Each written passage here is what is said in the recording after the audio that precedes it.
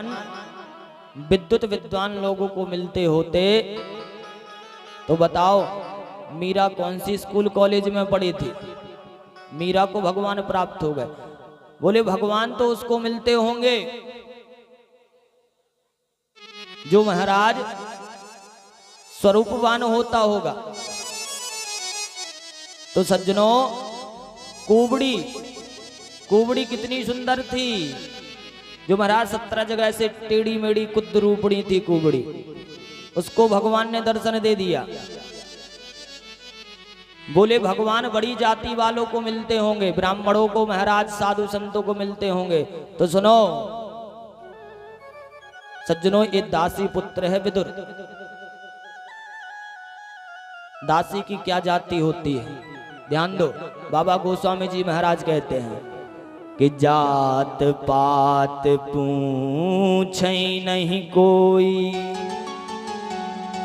कि जात पात पूछे नहीं कोई, हरि को भजे सो हरि को होई, हरि को भजे सो हरि को होई। सज्जनों, भगवान के चरणों में कोई जाति पाति नहीं होती। भगवान के चरणों में तो हरि को भजे सो हरि को होई। भगवान भजने मात्र से भगवान आपको मिल जाएगा। सज्जनों, दासी पुत्र जो विदुर जी हैं, ये कौरवों के मंत्री होते हैं। कौरवों के मंत्री हैं और मंत्री का काम क्या होता है कि यदि हमारे राजपाट में यदि कोई कूड़ता काम, गलत काम चल रहा हो तो उसका सुधार करना है। आज विदुर जी महाराज धृतराष्ट्र जी को महाराज बड़े सुंदर ढंग से समझा रहे हैं। अरे महाराज, राजन, आपके नेत्र जो हैं, आपकी आंखें तो अंधी तो हैं ही, लेकिन हमको लगता है आपकी जो आत्मा के दिव्य चक्षु हैं, आत्मा के नेत्र, हमें लगता है कि वो भी अंधे हो गए। बोले क्यों? बोले आपको नहीं दिख रहा है? बेचारे 5 पांडव, तुम्हारे 100 पुत्र 5 पांडवों को फालतू परेशान कर रहे हैं, खामा परेशान कर रहे हैं। बेचारों ने क्या मांगा है? 5 पांडवों ने 5 गांव ही तो मांगे हैं अपने खाने के लिए। इतना बड़ा राजपाट है तुम्हारे पास।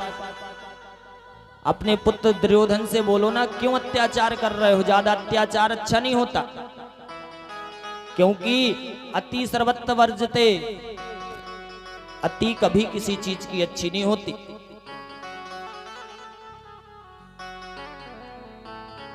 ज्यादा पाप नहीं करना चाहिए। पाप का घड़ा कभी ना कभी महाराज भरता जरूर हो। जब घड़ा भर जाता है तो फिर ऊपर उस घड़े की उफान आती है, तब जाकर के वह फूटता है।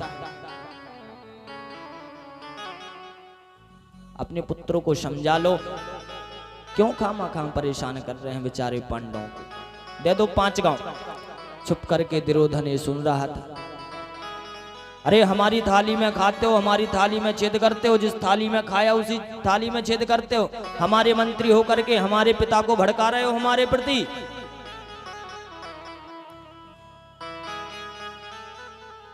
अरे दुर्योधन, हम कुछ गलत थोड़ी कह रहे हैं तुम्हारे पिता से, अच्छा ही तो समझा रहे हैं। बोले नहीं, आज से जाओ मंत्री पद से, हम तुम्हें वरिष्ठ करते हैं, निकालते हैं मंत्री पद से। विदुर ने सोचा कि उस राजपाट में नहीं रहना चाहिए जहां पर सम्मान ना हो। विदुर जी मंत्री पद त्याग करके महाराज मंत्री पद त्याग करके चले आए। त्याग दिया मंत्री पद और आज द्वारिकानाथ हस्तिनापुर पधार रहे हैं शांति दूत बन करके। विदुर जी पछताने लगे कि अरे राम, मैंने क्या कर दिया, मंत्री पद भी त्याग दिया। यदि मंत्री बना रहता तो भगवान का दर्शन जरूर होता, लेकिन अब कैसे होगा, अब कैसे भगवान का दर्शन करूंगा।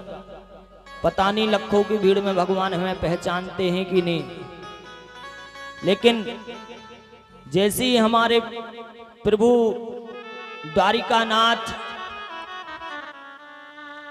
शांति दूत बनकर के हस्तिनापुर में प्रवेश किए तो लाखों नर नारी महाराज आगे पीछे भगवान के चल रहे हैं। लेकिन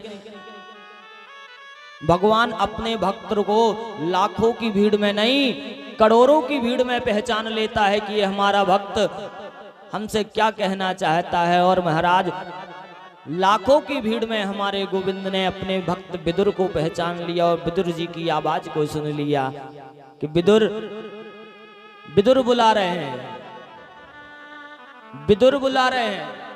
करोड़ों लोगों के बीच में महाराज भीड़ में पहचान लिया। सज्जनों,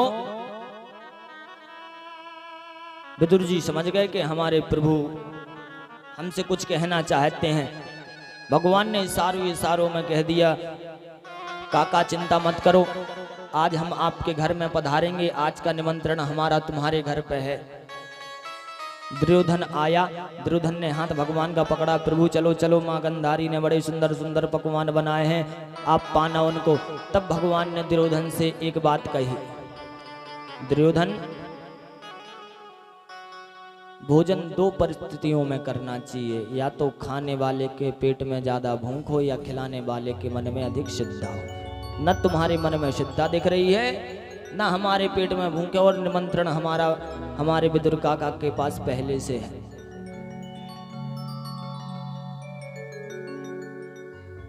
भगवान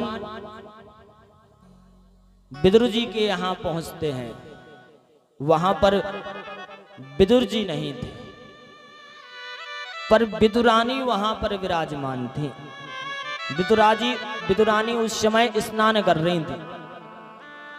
विदुरानी उस समय स्नान कर रही थी। कन्हैया कहने लगे, काका काका काका खोलो, मैं आ गया, काका मैं आ गया। उस समय विदुरानी ने कन्हैया द्वारिकानाथ की आवाज को सुना। विदुरानी जिस अवस्था में थी उसी अवस्था में दौड़ पड़ी